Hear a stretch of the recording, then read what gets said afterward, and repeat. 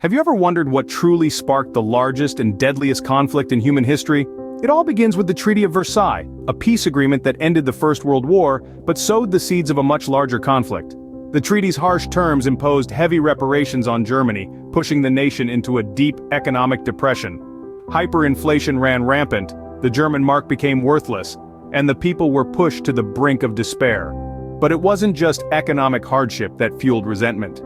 The treaty also stripped Germany of its territories, its military might, and its national pride.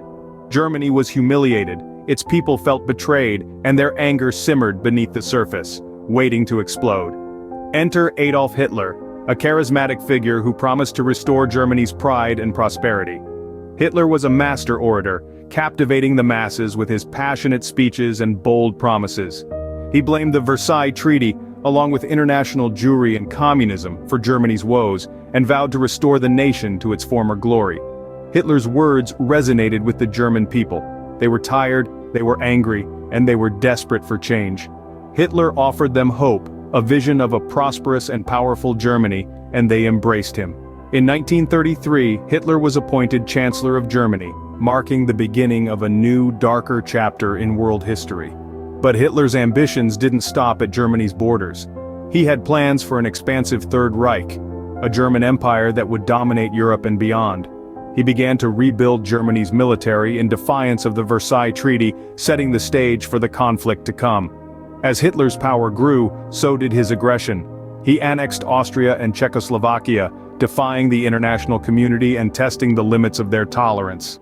His next target was Poland, and when he invaded in September 1939, the world could no longer turn a blind eye. And so, the stage was set for a conflict that would engulf the entire world. The world watched in silence as Hitler made his first aggressive move. As the sun rose on September 1, 1939, the tranquility of the Polish countryside was shattered. German forces acting on Hitler's orders crossed the Polish border, marking the beginning of a global conflict that would redefine the 20th century.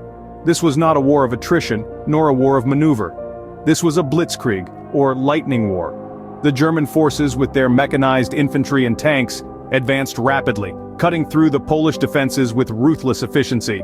The speed and ferocity of the invasion left the Polish army and the rest of the world reeling. Poland, though valiant in its resistance, was ill-prepared for such an onslaught. Their horse-mounted cavalry, a symbol of a bygone era, stood little chance against the modern war machines of the German army.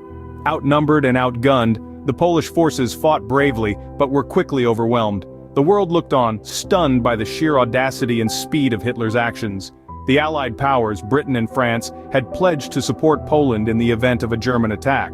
Yet they initially did little to stem the German tide. This period, later referred to as the Phony War or Sitzkrieg, saw limited military action on the Western Front. The Allies, it seemed, were still grappling with the reality of another world war. The effectiveness of the Blitzkrieg strategy in these early stages of the war was undeniable. Germany had successfully invaded and occupied Poland in less than a month, with minimal resistance from the Allies. The world was forced to acknowledge a grim truth. Hitler's Germany was a formidable adversary, and his ambitions extended far beyond the borders of Poland.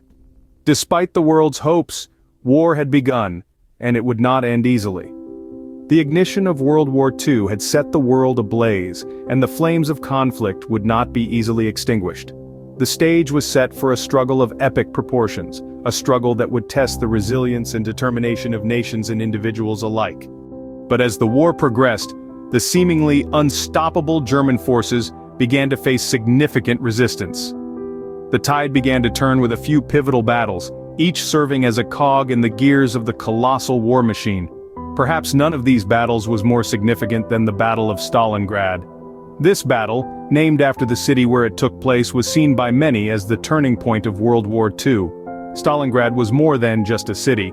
It was a symbol of Russian resilience and determination.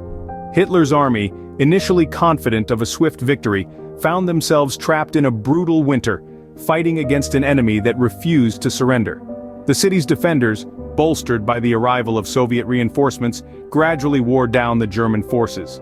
This battle, which lasted for over 5 grueling months, resulted in a catastrophic defeat for the Axis powers. The Battle of Stalingrad was a turning point not just in the geographical sense, but also in the psychological sense. It marked the first major defeat of Hitler's forces, and shattered the myth of their invincibility. The reverberations of this defeat were felt throughout the ranks of the Axis powers, and gave the Allies the confidence they needed to push back. Another key turning point was the invasion of Normandy, known as D-Day. This was the largest seaborne invasion in history, and marked the beginning of the end for the Third Reich. The successful landing of Allied forces on the beaches of Normandy opened up a new front in the war, and signaled the start of a relentless advance towards Berlin. Both the Battle of Stalingrad and the invasion of Normandy were significant in their own right. But their real importance lay in the fact that they shifted the balance of power in favor of the Allies. They proved that the Axis powers could be defeated, and set the stage for the final push towards victory. These battles marked the beginning of the end for Hitler's dreams of a global Reich. While Europe was embroiled in conflict, another war was being waged across the Pacific. This was a war of vast distances, a clash of cultures, and a test of wills between two formidable powers, the United States and Japan. It was a conflict that erupted in the early hours of a quiet Sunday morning in December. The surprise attack on Pearl Harbor by the Japanese forces was a shocking wake-up call. A sleepy naval base in Hawaii was transformed into a fiery inferno, thrusting the United States into the global conflict of World War II. In response to this unprovoked attack, the United States declared war on Japan. The Pacific Ocean, stretching out over millions of square miles, became a colossal battlefield. The war in the Pacific was unique, fought not just on land, but in the air and at sea. It was characterized by large naval battles, aerial combat, and brutal jungle warfare. The Americans, facing the challenge of the vast Pacific, adopted a strategy known as island hopping. This strategy involved bypassing heavily fortified Japanese positions, and instead, capturing and establishing bases on strategically located islands. These islands would then serve as stepping stones, enabling U.S. forces to move closer to the Japanese mainland. Each hop brought them nearer to their ultimate goal, Japan. The battles in the Pacific were fierce and costly. Names like Iwo Jima, Okinawa, and Guadalcanal are etched into history as some of the bloodiest and most intense battles of the war. Yet, despite the high cost, the strategy of island hopping was ultimately successful, pushing the Japanese forces back and paving the way for the eventual Allied victory. The Pacific War was a brutal and unforgiving conflict. It tested the resolve of the nations involved, pushing them to their limits. It introduced new tactics and strategies, forever changing the face of warfare.